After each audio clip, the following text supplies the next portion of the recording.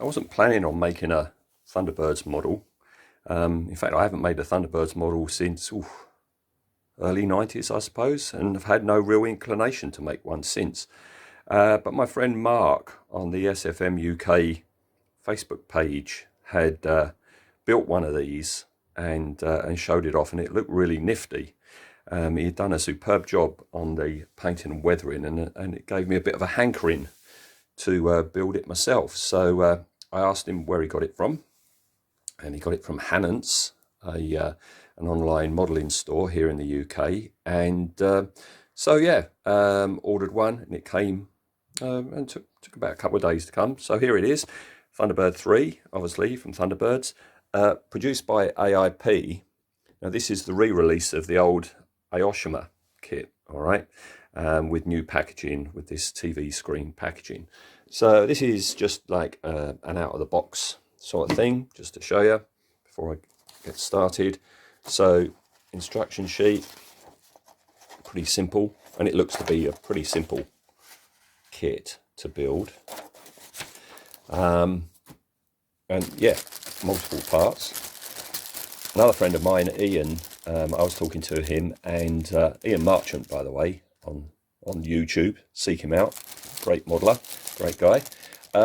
He has made one of these, and he told me that this colour is so close to what was actually used that he didn't bother painting it. He just you know, built it as is. But I am going to be painting it. So yeah, kit parts, and on the back there you can see this is the Aoshima kit, because it's still got Aoshima on the back. And there's the decals. Now these decals, I don't know whether I'll be using them or not. I might well be, because the little yellow bits and the little blue bits have been represented in decals. It would be incredibly fiddly to put them on, but then again it would be incredibly fiddly to mask up and do that. But it would be fiddly, and there's 18 of them. So I don't know, I'll think about it as I go. So yeah, this is a little unboxing. I'll be back soon with some things snipped and glued together. All right, I've done a little bit of construction, but not too much, because I've cut out and assembled the orange parts, and I'm going to be priming and spraying them soon. The docking ring that I've chosen to go for, the one I've chosen is quite plain, and really the reason for that is you're given 3 options, and therefore I've got the other 2, which are really rather nifty, that I can add to my bits box. So that's the orange bits done. These fins, I'm painting these orange even though they're not completed, and that's because each groove that you've got there has a black piece, and if I put those on, painted it orange and then try painting the black, that's a lot of faffing. These are they here, these little blue, they almost look like modern silent radar ships, but that's them. So I'm going to spray these black and then attach them after I've sprayed the fin orange. Ditto the fin things that go all the way around the body, that's them there.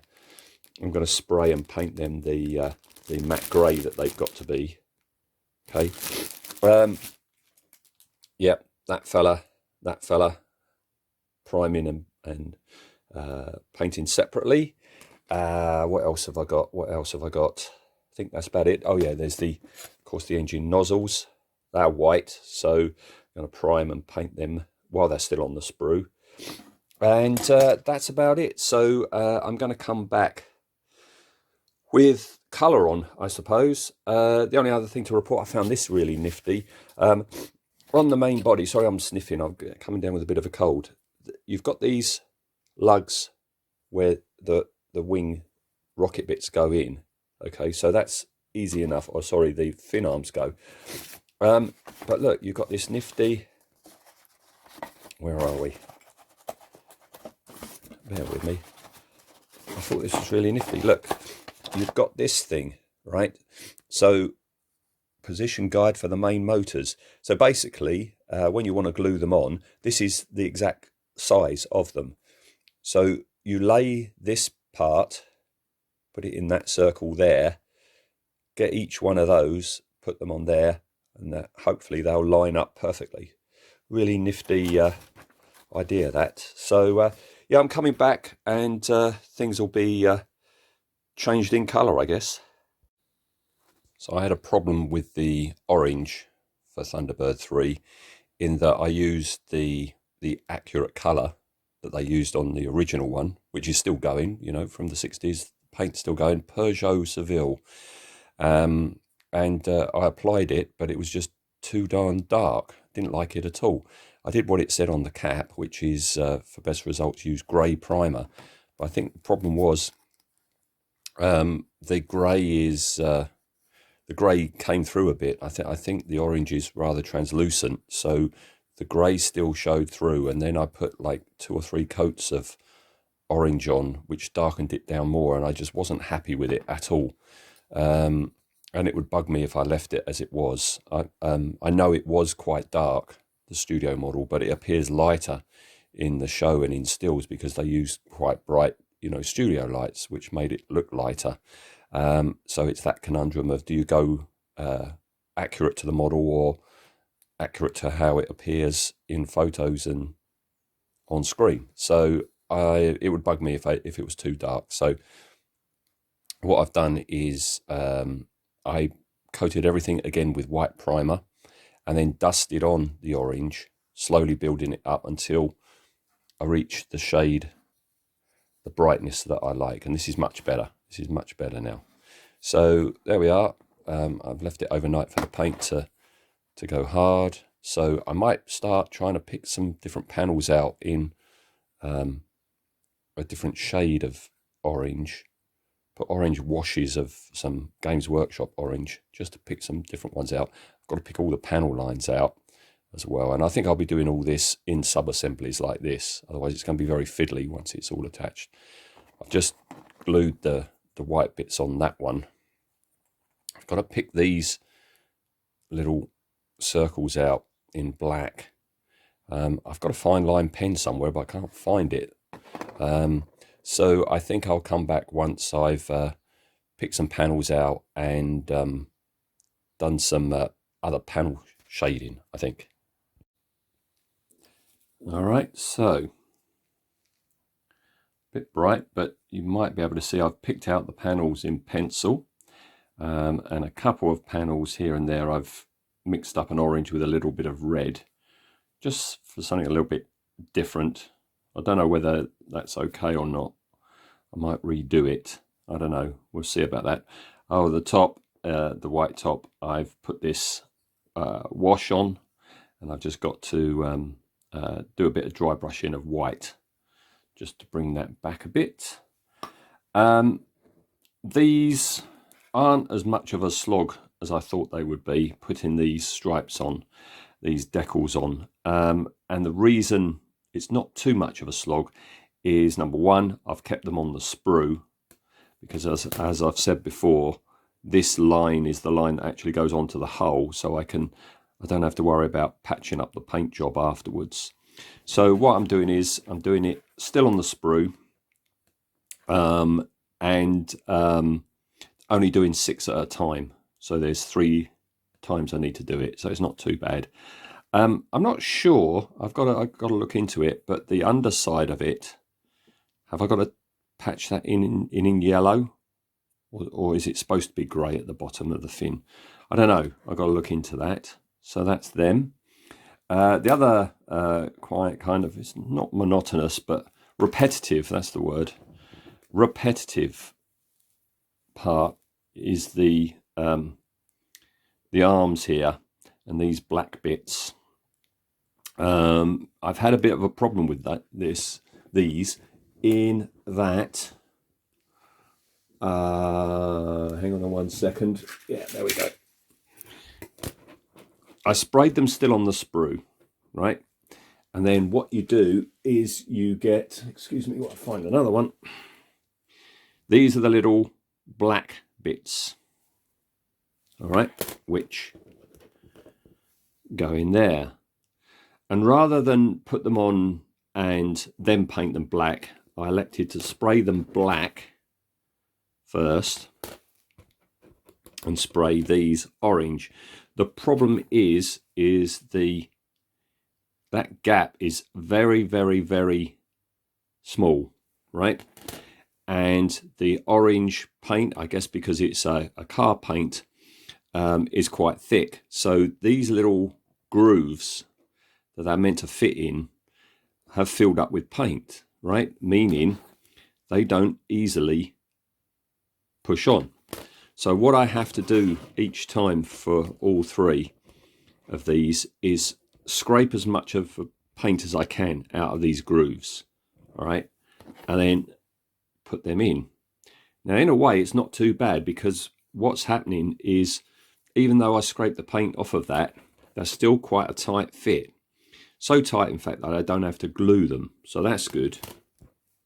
So that's what I have to do. But also what I have to do, because the part fit is so tight, is before attaching each one, I just put my scalpel in there and just bend that apart a bit, okay, to widen that gap up.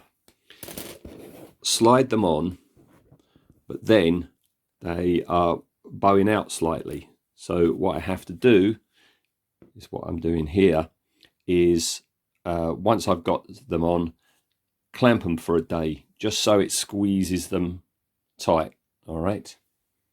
And the other thing I've got to do when I've done them all is where I snip them off the sprue, you see that? That's betraying their blue plastic origins. So I've got to go in and just touch up all the blue bits on those. But she's slowly coming together. Hopefully before long, it'll start looking like I've got a Thunderbird 3. So see you next time when hopefully we're assembled a bit more. Okay, so this is a good few weeks since the last update, and that's mainly because of these horrible blue decals that go between the fins. Boy, that was a job to put them in place. They would tear almost immediately. You've got two prongs that you've got to put either side of the fin, and oh boy, yeah, that was a real pain, because they would split almost immediately and wrap themselves around the fins. But they're on now, and I managed to find a Games Workshop blue that's an almost perfect match, so I can touch up all the little tears and fill the blank bits in. So with that done, I can then assemble it. So here we go.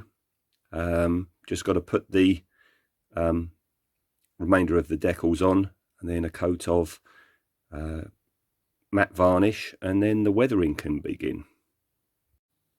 It's looking very red under artificial light. It's not, it's the orange, of course. So that's it. The last of the decals are on. Far, far, far, far, far too shiny. So next step, some matte varnish, and then I can start on the weathering. If I try putting in any known oil on or anything like that now, it's not worth it. It will just bead up like mad.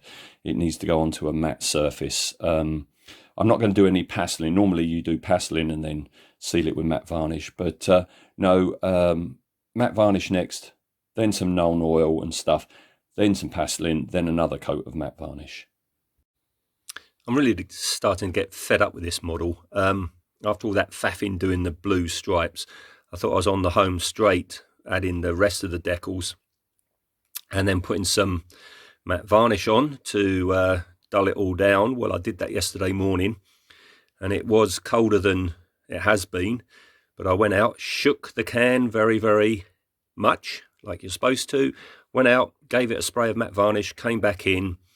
Within a minute or so, areas had gone milky. Look at the black. That ain't meant to be like that. Up there, it's more cloudy and milky than it appears here. So, yeah, kind of hacked off with it. Look, all down there. What I've been trying to do, you can see there, is put some I'm not going out, it's pouring hard outside today. I've been painting by brush some gloss varnish on to try and take the milkiness away, and then figured I'd hand paint some matte varnish on. But I've put a coat of gloss varnish on there, and as you can see, it looks like it's gone away when you put it on, but when it dries, milkiness is still there. So I think the next step, because I've got all the decals on now, there's not a lot I can do about repainting. I'm going to, because this will be a weathered down Thunderbird 3, I'm going to see if I can match this orange and just patch it in by brush. If it doesn't quite match, it doesn't matter. I'm going to be dirtying it down quite a bit. It's such a shame because it's finally almost done, and I'm really happy with the colour. And now I've got a milky orangey bits. So I'll come back with what I've done. All right, after problems with decal application and cloudy paints, finally, I'm ready for weathering. And for me, the most enjoyable part of model making. So, masking, no. And at last, Thunderbirds are go. Here we go. So yeah, a wash of Nuln oil mixed in with a bit of burnt umber, darken things down, and then I've gone along and gone in with pastels just to finish it off. Derek Meddings' craft were well grubby. So yeah, I'm pleased I've got it, but boy, it was a job getting to the end.